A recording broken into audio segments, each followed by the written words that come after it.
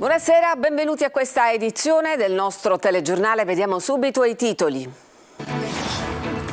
2 donne romene trovate senza vita nelle loro case a Naro, in provincia di Agrigento, una carbonizzata, l'altra in un lago di sangue, sotto torchio 2 connazionali delle vittime. 40 anni fa a Catania la mafia uccideva Pippo Fava, nella via intitolata Giornalista, momenti di commozione e intensità. Il figlio Claudio, tolleranza e rispetto, la sua eredità. Acqua inquinata a Trapani, allarme dopo i 2 casi di legionella scoperti in un hotel. I 2 turisti sono già stati dimessi. Influenza, si alza il livello di attenzione, ma gli esperti invitano alla cautela per evitare allarmismi. Valverde sconvolta per la tragica fine di Giovanni. Insieme per la pace a Catania, il vescovo e l'imam in corteo contro le guerre e per un utilizzo responsabile dell'intelligenza artificiale. Al via in Sicilia i saldi invernali, strade dello shopping affollate a Catania tra chi acquista e chi guarda in attesa di ulteriori ribassi. Calcio, mercato con il botto per il Catania, ufficializzato l'arrivo di Cicirelli, ma hanno svolto le visite mediche anche Cianci, Celli e Costantino.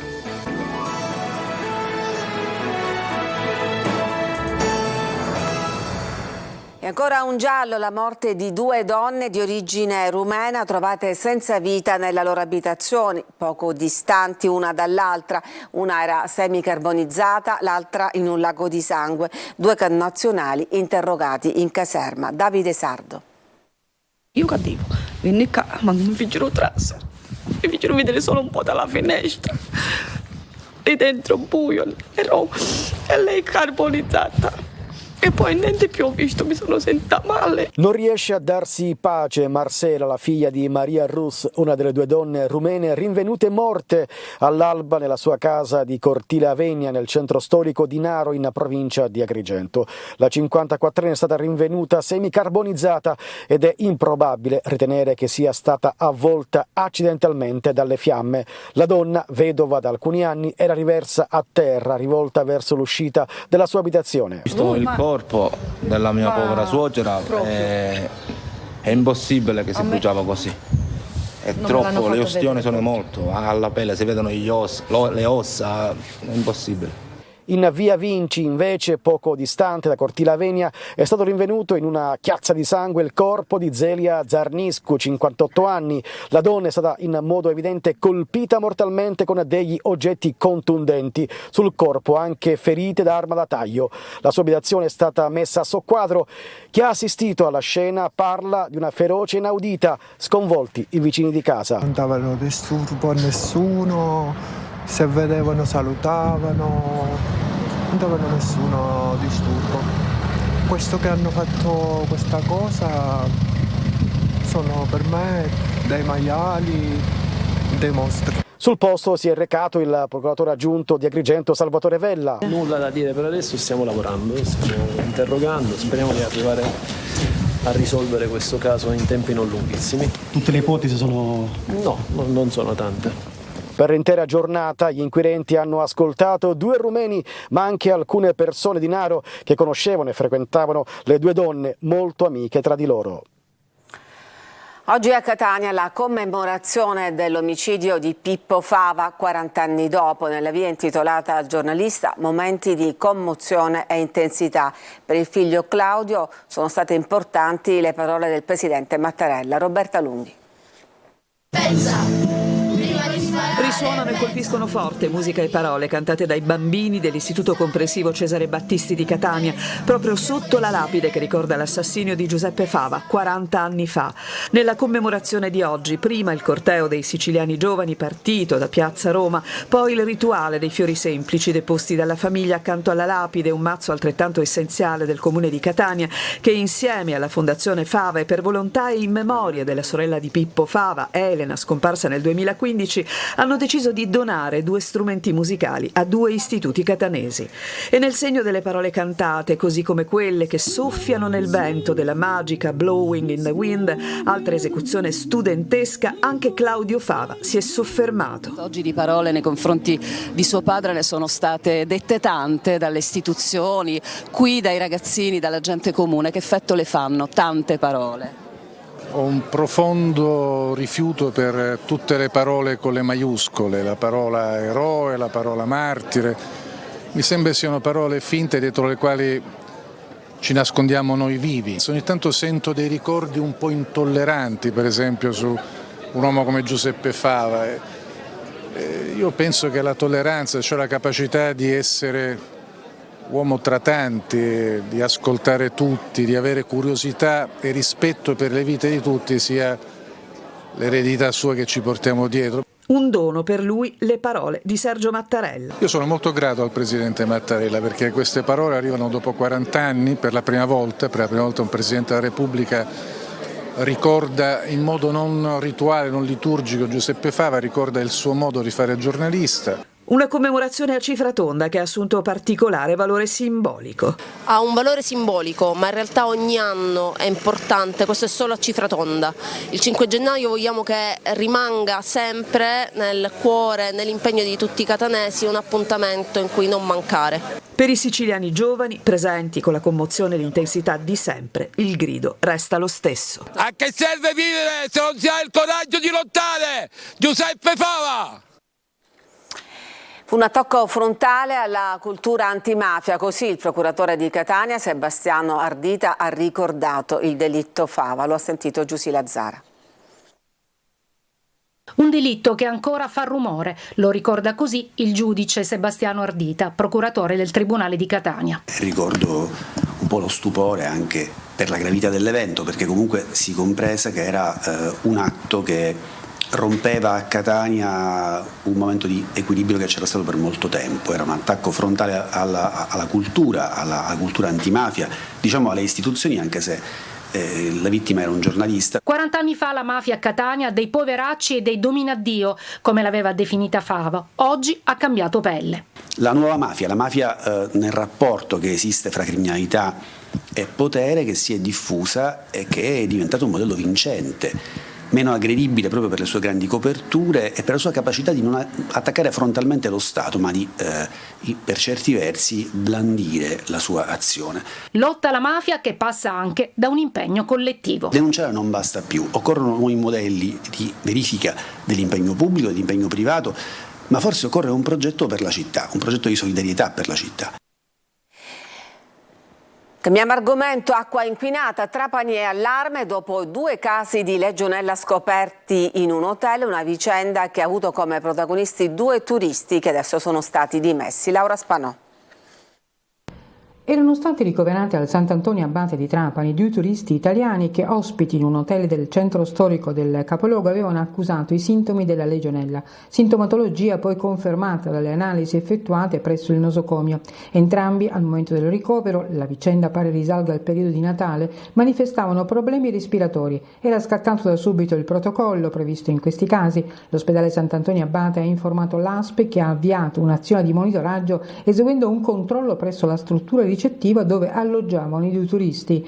Il sindaco di Trapani, Giacomo Tranchida, pure allertato della vicenda, aveva emesso un'ordinanza a fine dicembre di inibizione all'utilizzo delle camere della struttura ricettiva fino al ripristino delle condizioni di sicurezza per tutelare la salute degli ospiti. Gli ulteriori esami effettuati nella struttura ricettiva dai tecnici dell'ASP avevano infatti accertato la presenza del batterio, in particolare in 4 camere dislocate su 3 differenti piani, 2 al primo, 1 al secondo, un'altra al terzo piano. L'ordinanza comunque rimane in vigore fino a quando non verranno adottati da parte del titolare dell'albergo tutti gli accorgimenti indicati dall'ASP. Resta da accertare come i 2 visitatori abbiano contratto la patologia. La malattia si trasmette con l'inalazione di piccole particelle di acqua contaminata. Il batterio si diffonde poi all'interno dell'organismo fino ad arrivare ai polmoni. La trasmissione della legionella avviene tramite rubinetti, fontane, serbatoi e riscaldatori d'acqua e grandi impianti idrici. Sulla vicenda è intervenuto anche il direttore del Dipartimento Prevenzione della Salute dell'ASP, Franco Di Gregorio. È un fenomeno fenomeno, dice, che richiede l'attenzione di tutti gli enti preposti ai controlli. Bisogna stare attenti soprattutto a quelle strutture che si approvvigionano di acqua dai privati. Influenza, si alza il livello di attenzione, ma gli esperti invitano alla cautela per evitare allarmismi. Valverde, intanto sconvolta per la tragica fine di Giovanni, aveva appena festeggiato il Natale con parenti ed amici. Tonino De Mana.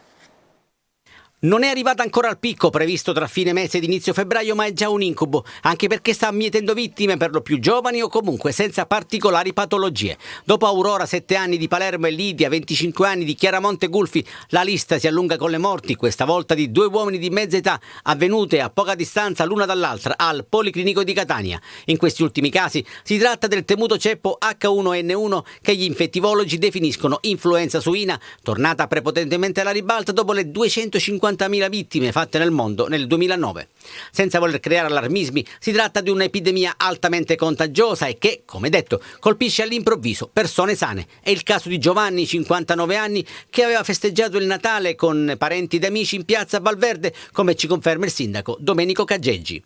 Abbiamo acceso il falò insieme, era felice di questo falò, fra l'altro faceva parte anche della corale della chiesa, un uomo veramente, ha un papà speciale, amico di tutti. Tosse, febbre alta, problemi respiratori e ricovero prima al Canizzaro e poi al Policlinico di Catania, dove è morto in poche ore. Il sindaco di Valverde ribadisce però che non c'è alcun allarme febbre suina. Non c'è nessun allarme, è un'influenza che tocca tutta l'Italia, 5 tipi di influenza. Certo, l'allarmismo c'è, però non c'è un problema a Valverde perché non ci sono problemi di spazzatura, non c'è nessun allarme sanitario.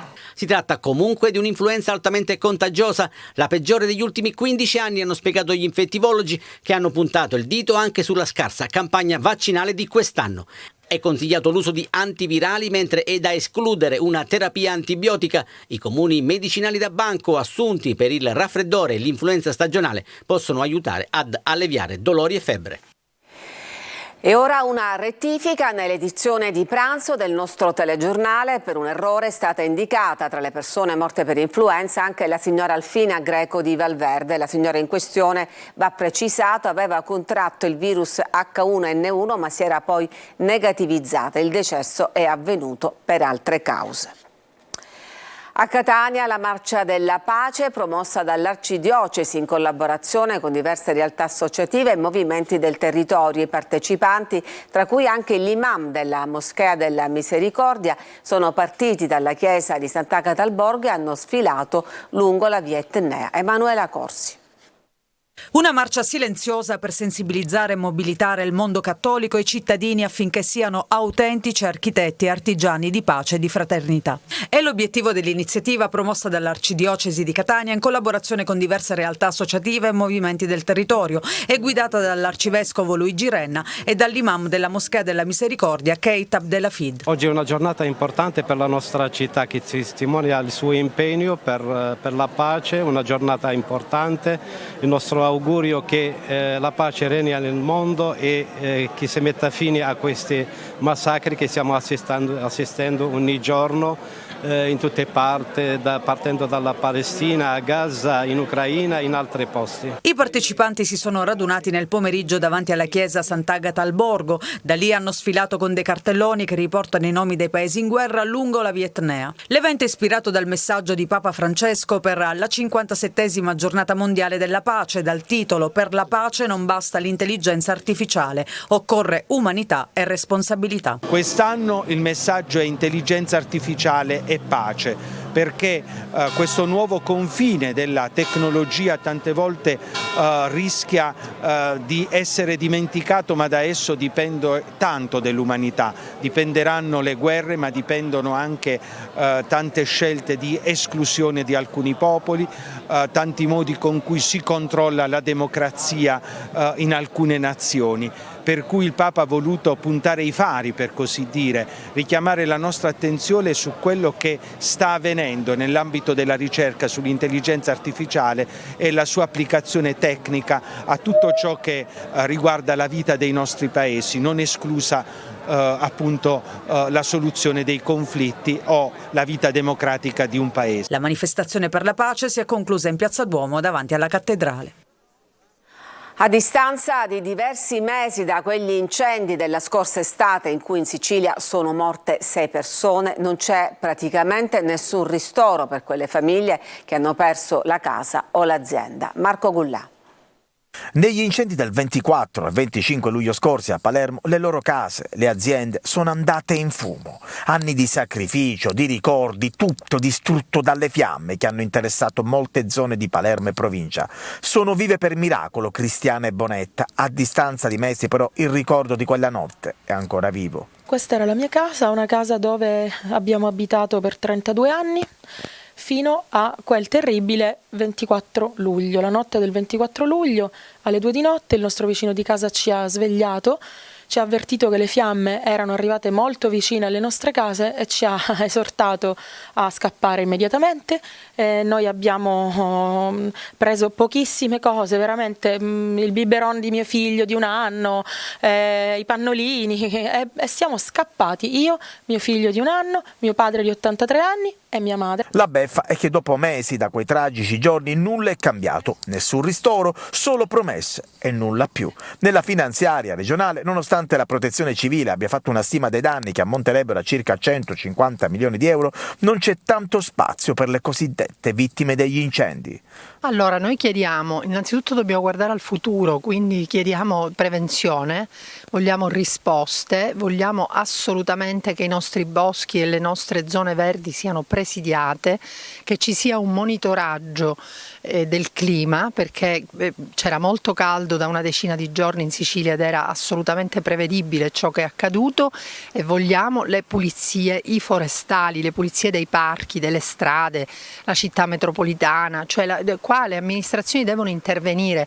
Non è pensabile che il territorio sia così letteralmente abbandonato. Ci fermiamo, c'è una pausa, torniamo subito dopo.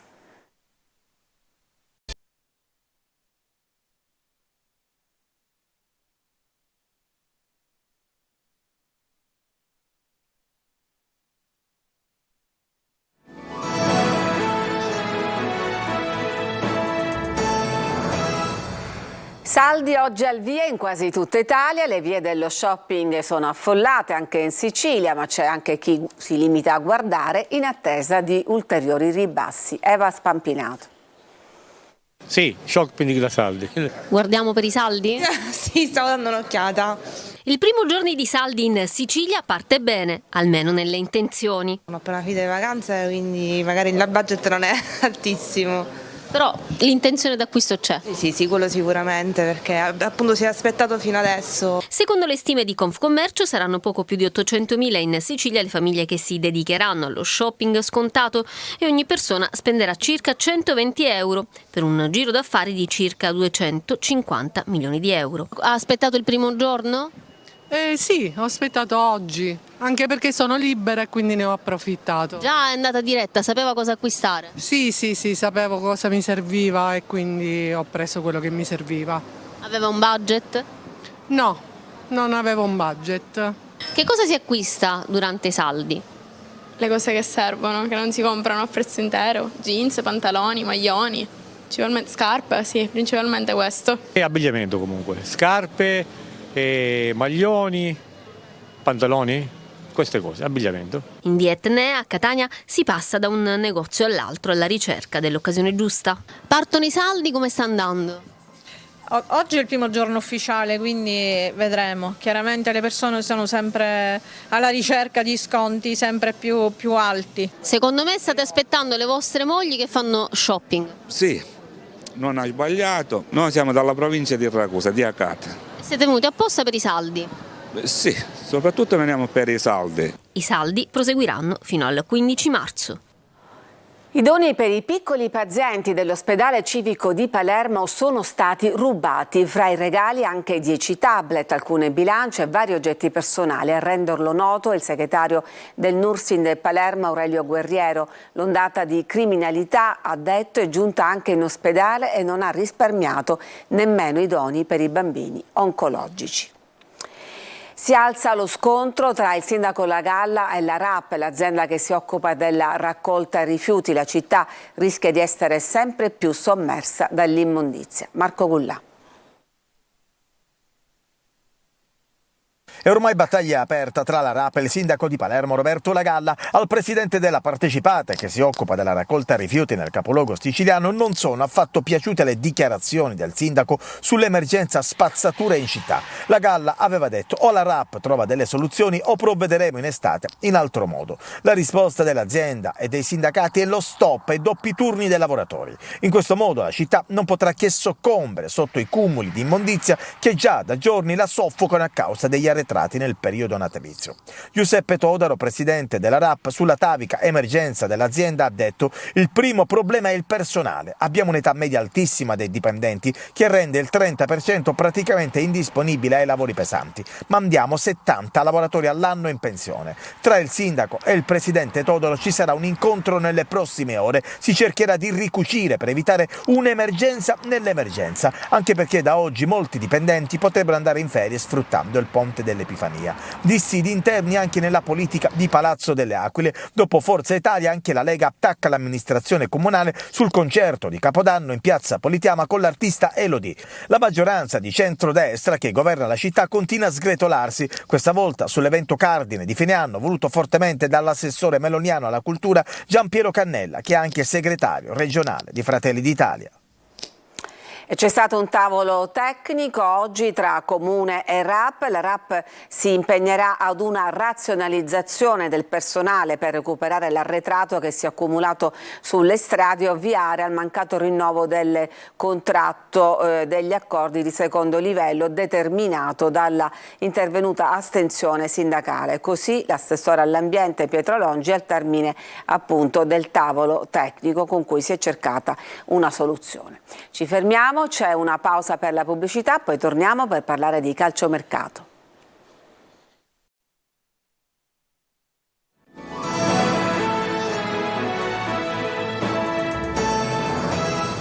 Mercato con i botti per il Catania, ufficializzato nel pomeriggio l'arrivo di Ciccerelli, ma hanno svolto le visite mediche anche Cianci, Celli e Costantino. Francesco Triolo.